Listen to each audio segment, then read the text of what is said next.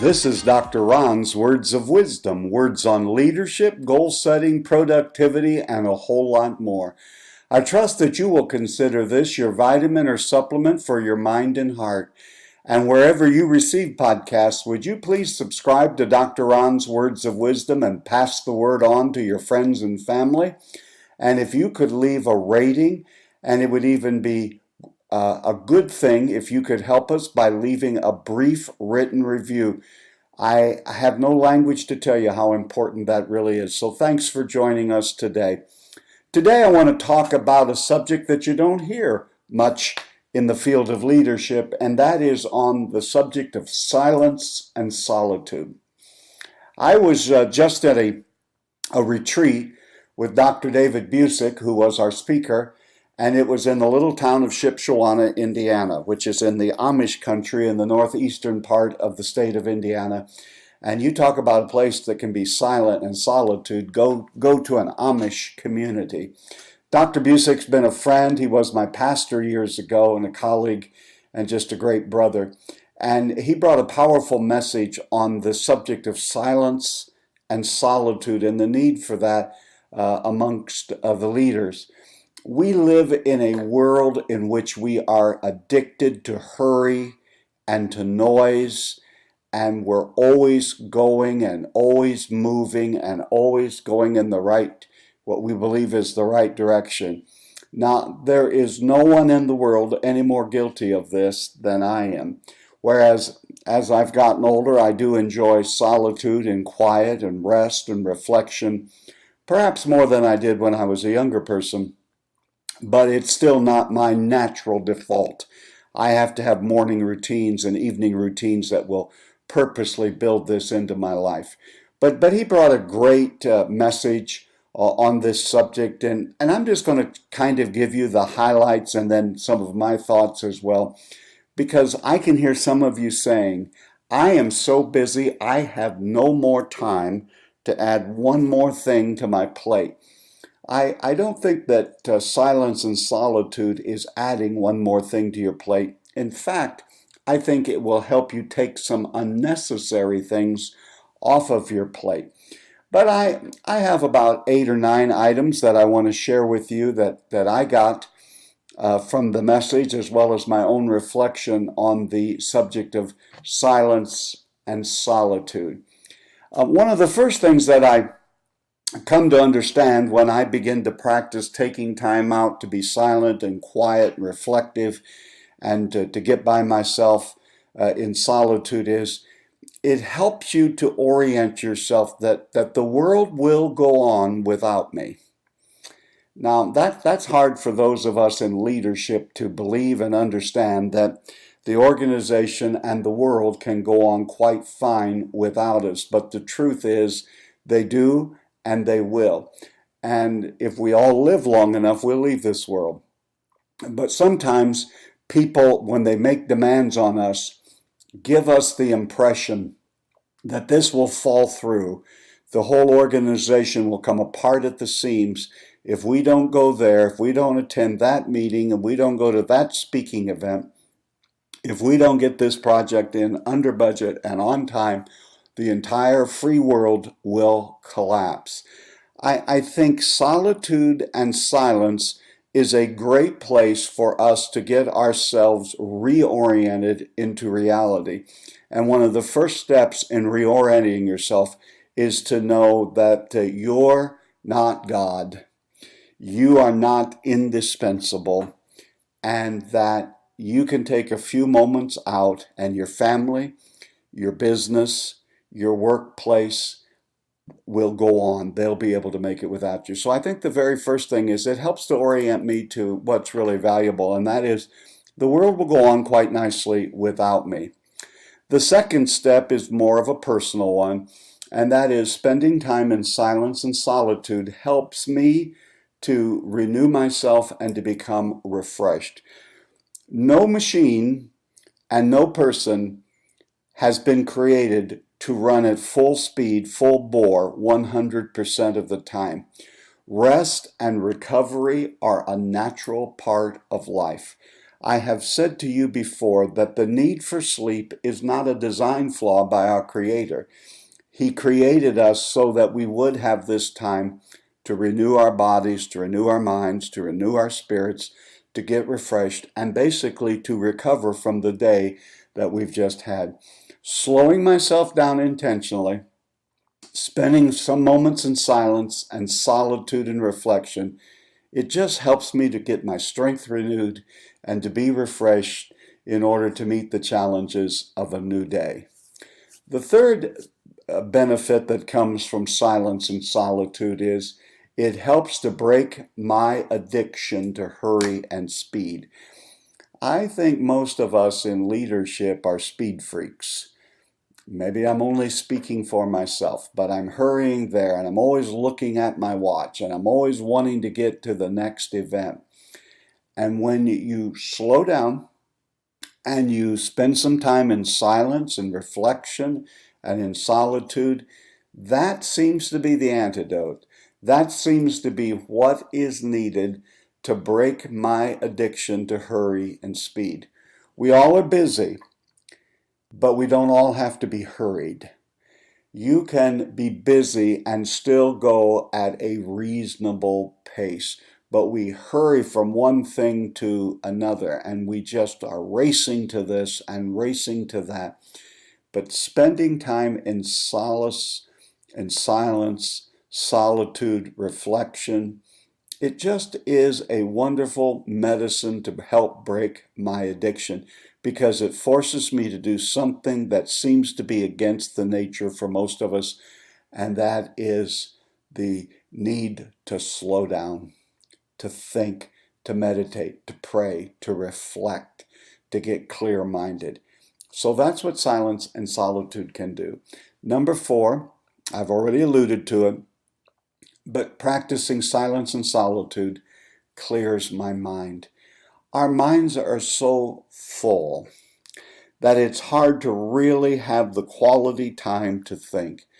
When I worked for the denominational headquarters, I was traveling all the time and speaking at things and running meetings and going to meetings. And the thing that I noticed was there was very little time to think. And if you're in a position, my friend, where you have little time to think, your decisions and your attitudes and your actions will begin to suffer. Solitude, rest, quiet, reflection clears our mind and helps us to focus on the matter at hand. That's why you and I need silence and solitude. Now, the next one I'm going to talk about is spirituality. If you're not a spiritual person, you may want to skip over this, but I think you really need to listen to it. A lot of times we don't want to get quiet because we don't want our plans messed up. And it will help us to be spiritually grounded because there are some practices that lend themselves to silence and solitude: prayer, Bible reading, reflection, meditation. Those are the sorts of things that will help to center us, keep us grounded, keep our feet where they need to be. It is in those kinds of times when we're still and quiet and silent that we are open for correction. We are open for suggestions. We are open for ideas. And it just helps us to realize that there is a God and I'm not him. And so silence and solitude will help you spiritually as well. The sixth item that I want to talk about in regard to silence in solitude really piggybacks on all of this. It is amazing what you hear when you're silent and quiet. Do you realize if you just walk through your life today, how much noise and clamoring there is in the world in which we live? The other day I decided to take a walk without my earbuds in, and I heard dogs barking in the distance. I heard birds singing. I heard various different machines and activity going on around the houses where I was walking. Many times we drown out things around us because we want to hear what we want to hear. Perhaps the best thing that could happen to you today is not to just hear what you presuppose in your life or you suppose in your life you need to hear, but to hear what really is going on around you. And oftentimes, the only time we can really hear from our spouse and our children and our friends is if we take the time to slow down, a few moments to slow down, a few moments of not talking and listening and spending some time in solitude. You, my friend, will be amazed at the things that you hear. The seventh reason that I think silence and solitude is so important and is probably a missing ingredient in many leaders' lives is it is in silence and solitude that you learn to relax and breathe. Like you, I have a lot of things that seem unsolvable that come across my desk. I have a lot of things that come that when I'm looking at them and attempting to figure out what are we going to go, how are we going to do this, how are we going to fix this, that I have no idea.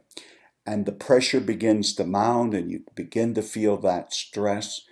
But even then, when you think you don't have time and you cannot afford it, to take time for silence and solitude, you learn this one most important thing.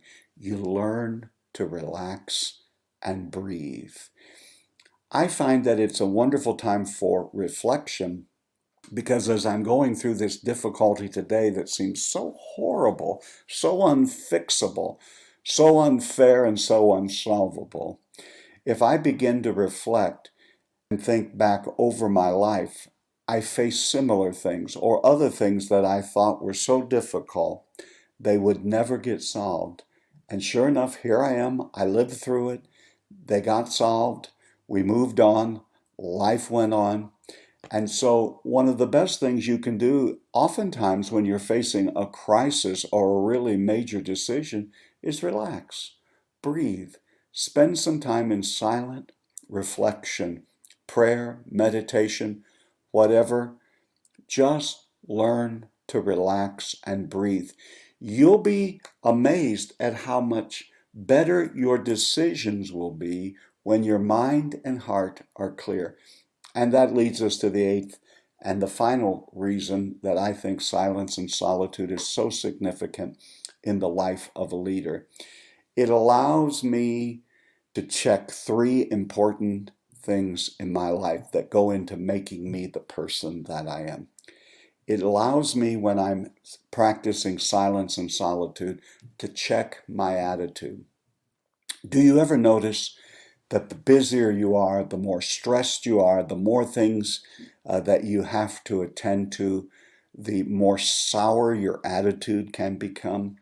That's why when we drive nowadays, everyone drives and they're angry before they get in their car. They're busy. They've got so much to do that we have forgotten the fine art of relaxing, taking the adequate time and moving on. And one of the reasons that you need to find silence and solitude is it's a wonderful check for your attitude. It's also likewise, silence and solitude help us to check our heart. Now, I'm not just talking about the blood pumping muscle near the center of your chest. Your heart means all that goes into making you the unique person that you are. And you can allow yourself, your heart can become hardened by disappointments, by the disillusionment that comes sometimes with other people and circumstances. And we can allow then our heart to be so hard that we are hardened against nearly everyone we meet. I have found one of the ways to soften your heart, to make your heart more pliable, is to spend some time in silence and solitude. And the third area that it checks is our mind. Our mind can be racing like a machine and almost racing overtime. There are so many things to attend to. I get that. I understand that. I hear it, and I myself experience it daily. But it would seem to me that the busier you are, the more significant and important it is to slow down, to build some time into your life to reflect, to spend in silence, solitude, reading, praying, meditating, thinking. Journaling is another area that just lends itself to this. Now, I know this may be out of the ordinary for a podcast on leadership, goal setting, and productivity, but never neglect or underestimate in your life leader the power of spending some time each day in silence and solitude. And when you do, and you make it your practice, you will be so glad you did. You've been listening to Dr. Ron's Words of Wisdom, words on leadership, goal setting, productivity, and a whole lot more. I trust today this has been as a vitamin or a supplement for your mind and heart. And wherever you listen to podcasts, would you please subscribe to Dr. Ron's Words of Wisdom? Pass the word on, would you, and leave a rating and a brief written review. Leader, take some time to quiet your heart, mind, and thoughts today. And this is Dr. Ron saying, Leader, you're doing better than you think you are. And until next time, have a great and blessed day.